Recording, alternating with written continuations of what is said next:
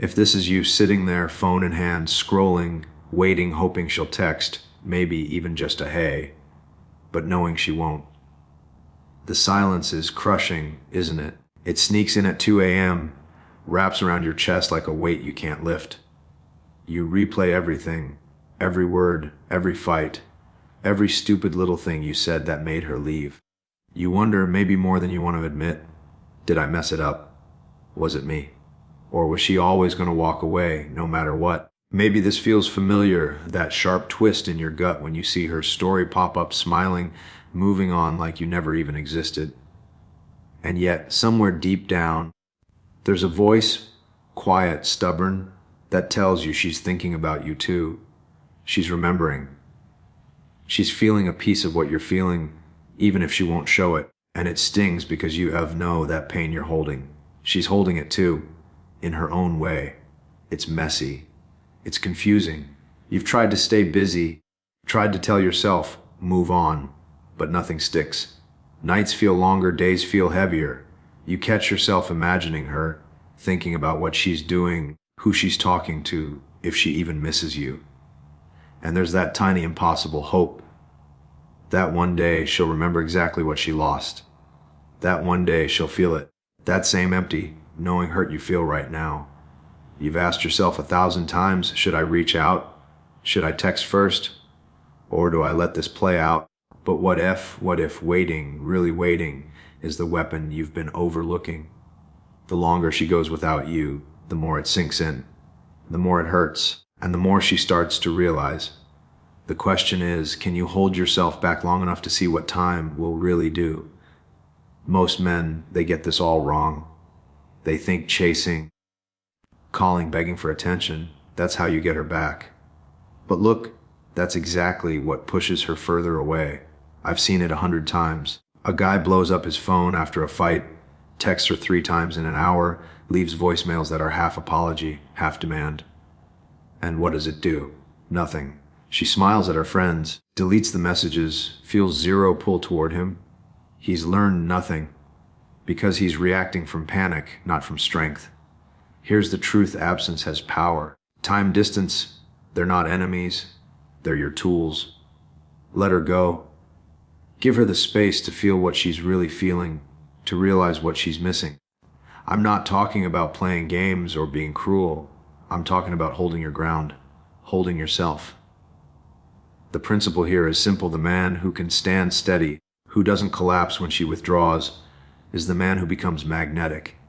The guy who loses himself chasing her, he becomes forgettable. Think about the last time she texted you first. Remember that spark. The little thrill you felt, the rush that made your chest tighten. That's the feeling she'll start chasing. But only if you allow time to do its work. She'll notice the spaces you leave, the calm you carry. She'll start to feel that pull, because absence isn't emptiness. It's the mirror showing her what she let slip away.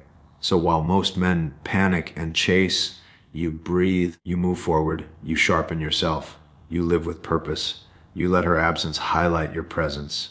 And slowly, naturally, she begins to realize what she lost the moment she walked away.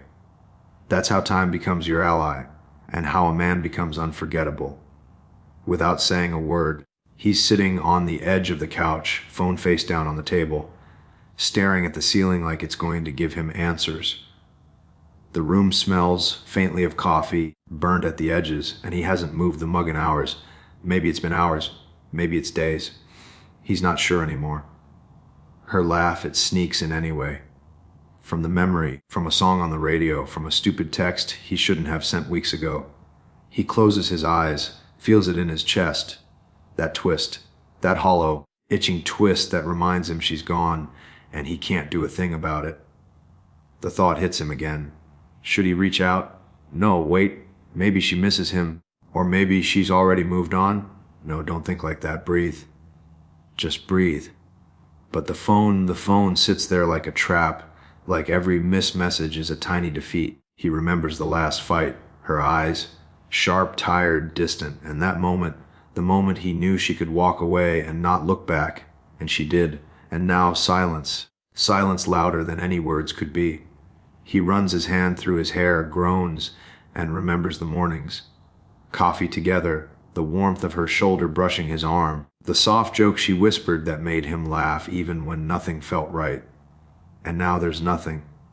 Just the echo of it, bouncing around the walls, bouncing around in him. And then maybe he smiles, just a little, because he knows something most men never realize.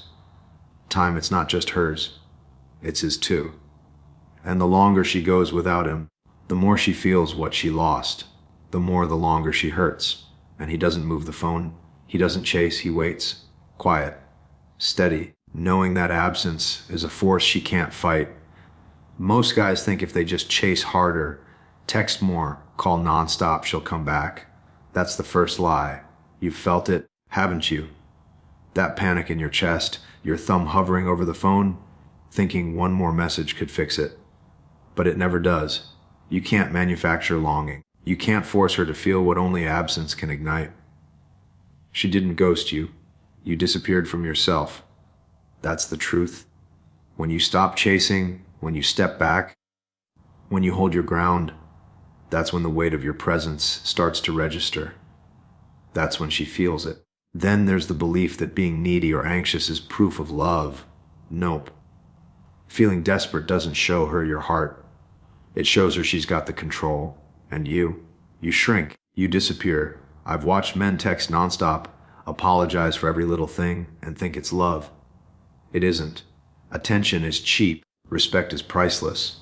Give yourself value first. Hold your space. Let time do the work your words never could. And lastly, the lie that absence equals loss. Men think, if she's gone for a week, she's gone forever. But really, absence is a mirror. She feels the emptiness you leave behind. She starts to remember small things, your voice, the way you laughed at nothing, how she felt when she was safe with you. You don't lose her, you lose your own presence. Stop fading into panic. Stand steady. Time isn't your enemy, it's your ally.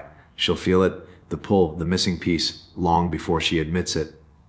It's messy, it's human, but it works, because while you wait, while you hold yourself, she begins to understand the weight of what she walked away from. And in that quiet, she starts to hurt. This is what he understands. The 1% headman doesn't panic when she pulls away. He doesn't text, call, or chase. He doesn't try to prove his worth. He knows worth isn't measured by attention. It's measured by presence. Even when he feels that tight twist in his chest, that gnawing need, he sits with it.